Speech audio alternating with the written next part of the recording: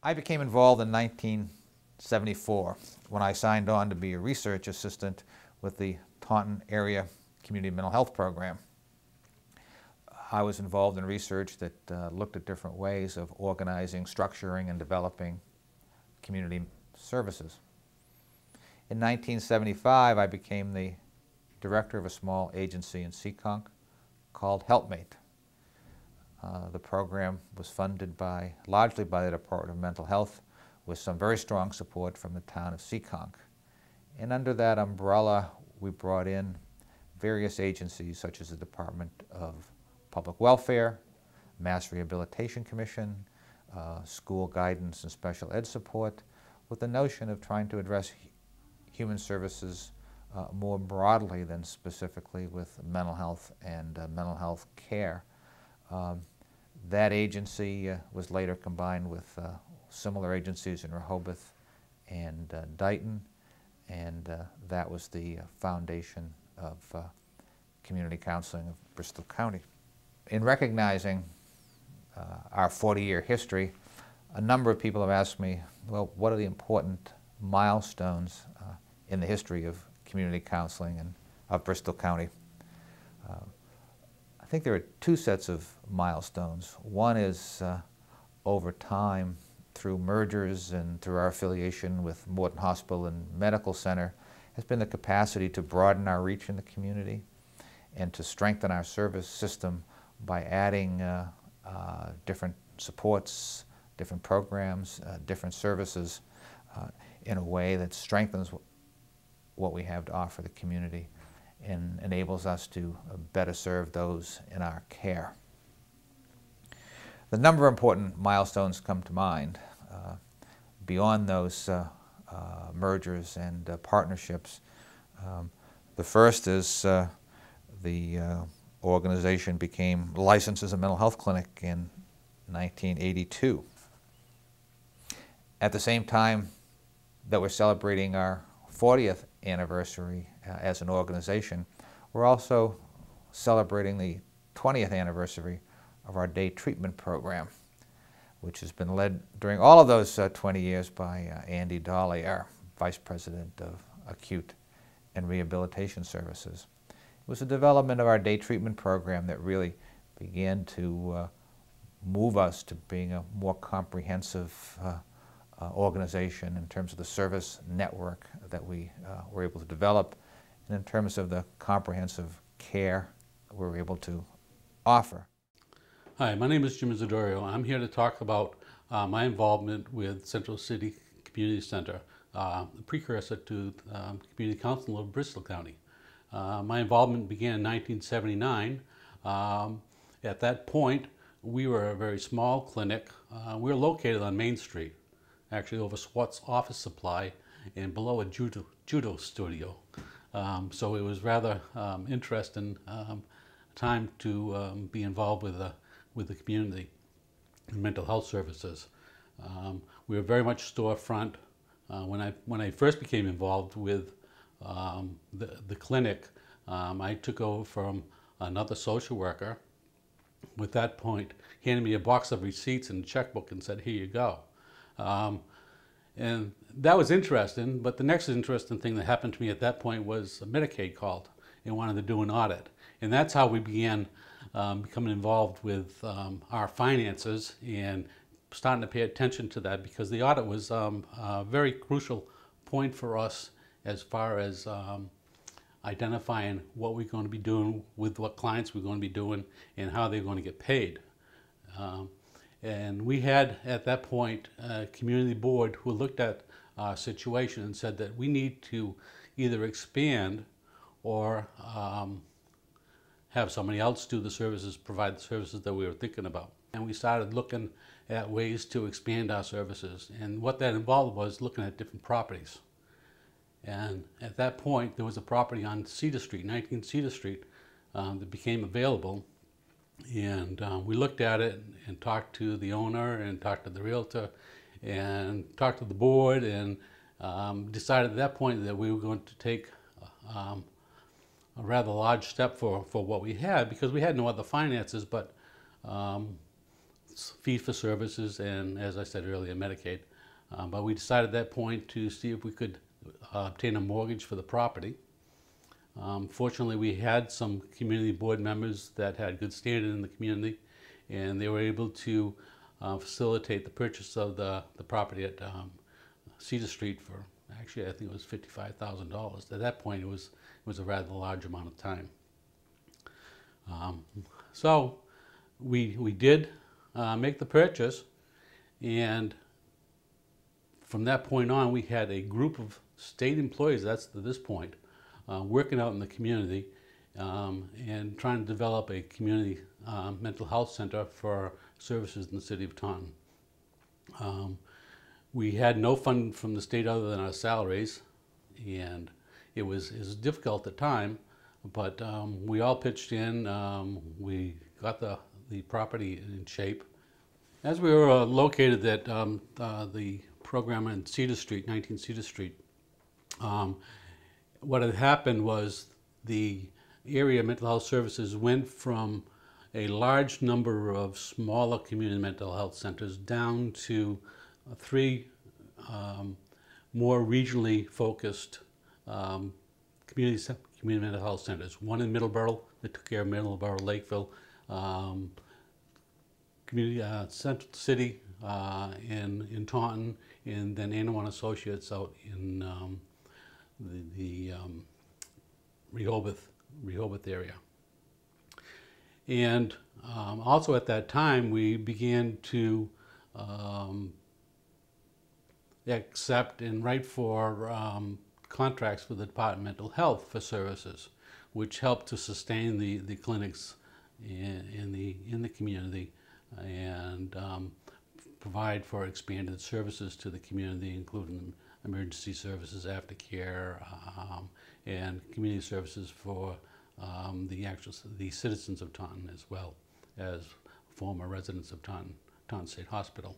After about 10 years of providing services here on Cedar Street, there was some changes going on within the state as to how they were funding services, and in discussion with the board and myself, we were thinking about ways that we could continue our services while still paying attention to the changes that were going on. At that point, we decided to talk with Phil Shea, who was the program director out at Anawan Associates. And the result of that conversation was that the clinics would develop a merger, and all the services would be merged under one banner. At that point, I believe it became Community Counseling Bristol County at the end result of the merger, which was a fairly long process for us, and it was something new that we had never even thought about doing with two nonprofit corporations. However, the end result was that I, at that point, moved on within my state position, and Phil became the program director of Community Counseling of Bristol County. Hi, I'm Jonathan Marcus, and I'm Vice President of Child and Family Services here at CCBC. This is actually my 10th year here at the agency, and one of the things that strikes me interesting is that our in-home therapy program has just reached its 10-year milestone. When I first came to the agency in 2000, I worked at all our children's service programs were over at 68 Church Green. And for the people who haven't ever been there before, one of the interesting things was an old Army barracks, and very small hallways. I think we needed to get a waiver actually because the hallways were too small to actually have more than 2 people come on board. But with the in-home therapy team, which back then was called the Family Stabilization Team, on my second day on the job, Phil Shea had asked me that we were going to take a little walk over to community care because their FST program, they were looking to get a little bit higher rate from the partnership, and the partnership basically asked Phil if he was interested in picking up the FST program. So my second day on the job, we had the meeting at community care, and the handoff happened. That was probably one of the more historic moments here on the Children's Services program, and that the CCBC became the new FST provider in the Southeast. Very excited. I think altogether we have over 100 children's staff and continue to grow. One of the important things, I think, in celebrating the 40th anniversary is really the growth of the programs, and our children's services really has developed into a outstanding and very well integrated program, which I think across the Commonwealth, I think there's not many programs that match the talent that we have on our team, and I'm just happy to work with all those people. Hi, my name is John Masson. I was hired by Central City Community Center in August of 1984, so I've been here at this agency for quite a while. When I was hired to start up a children's outpatient program. At that time, Central City wasn't doing any work with children or adolescents, and they received some funding to start up a children's outpatient counseling program. And the children's department started, there were actually 2.5 of us. I was hired full-time. There was a full-time children's case manager and a half-time child psychologist. And we were the original children's team for Central City Community Center. At that time, the agency was sited just at our Cedar Street office, and that was the entire agency. So obviously we've grown tremendously in the 25, 26 odd years since then. I think one thing that hasn't changed is the quality of the staff who work here. Currently, I am the director of our school-based counseling program. And I manage all of the work that we do in a number of school systems. We have over 30, 35 clinicians spread throughout about 55 schools across a dozen different school districts. I'm Frank Carbone. I've been here, a clinician here at the clinic for close to 30 years. I think a lot of people think of me as a fixture in this place. I've kind of learned a lot from my clients. I started in 1981. I started with adults. That was my part-time job at the time, and I was working at a middle school during the day. I had a full-time job with the school department, Taunton School Department, and I worked for the Taunton School Department for over 28 years. And when I retired in 2000, I decided to continue with the agency that I, belong to, CCBC.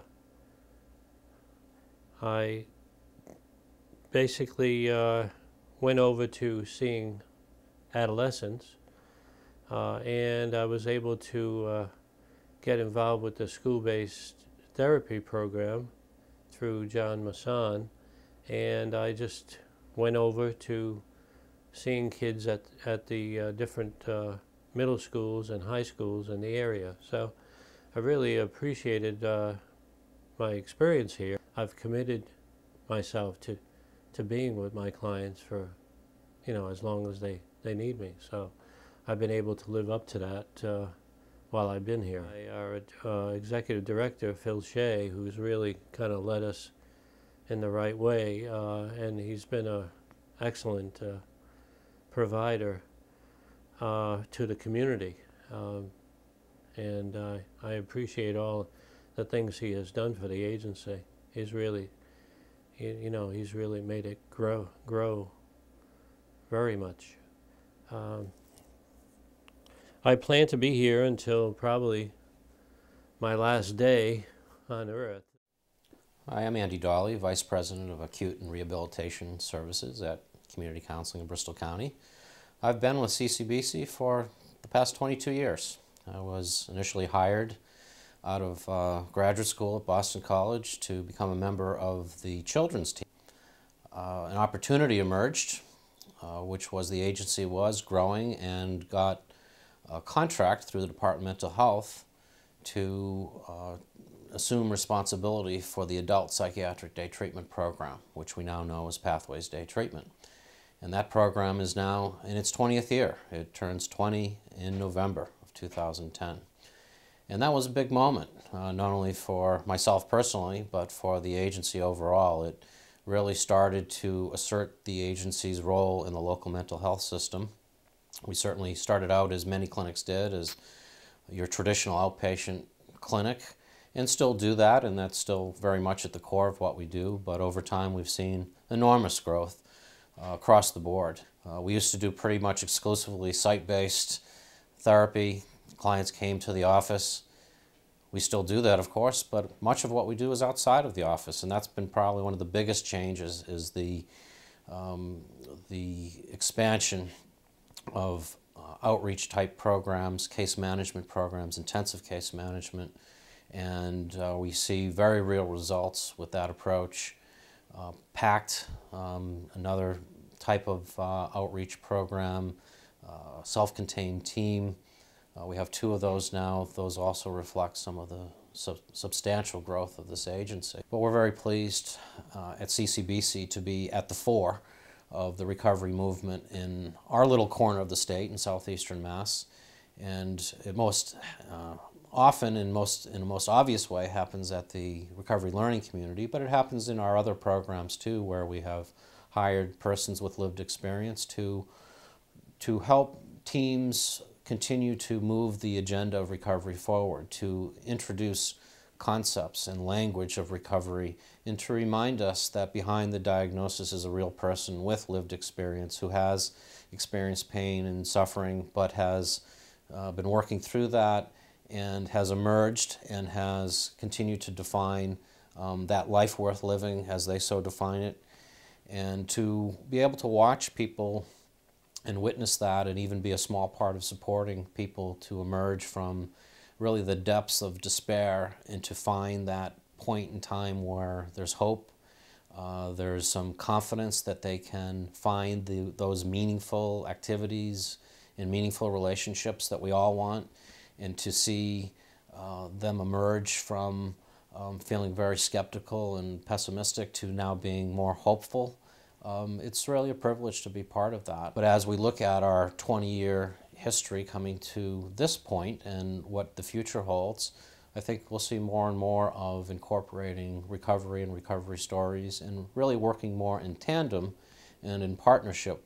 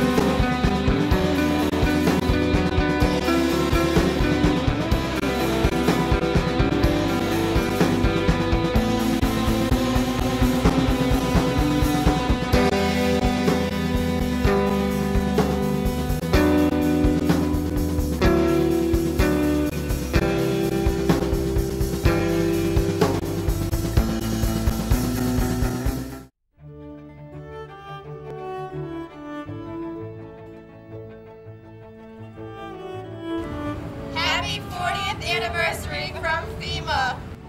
Happy 40th anniversary from Taunton Pact. Happy anniversary from the children's team. Happy 40th anniversary from IHG and TM. Happy anniversary from the organizations. Happy 40th anniversary from administration.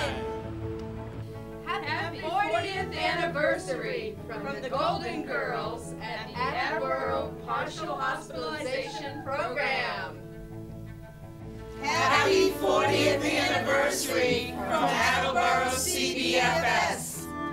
Happy 40th anniversary from the RLC. Happy 40th anniversary from Taunton CBFS. Congratulations, Community Counseling, on 40 years of quality service. Happy 20th Anniversary Day treatment from the Elder Partial Hospitalization Program. Happy 40th Anniversary from Brockton Pact. Happy 40th Anniversary CCBC from the CSA. Happy Anniversary CCBC and Pathways from Day Treatment. Happy 40th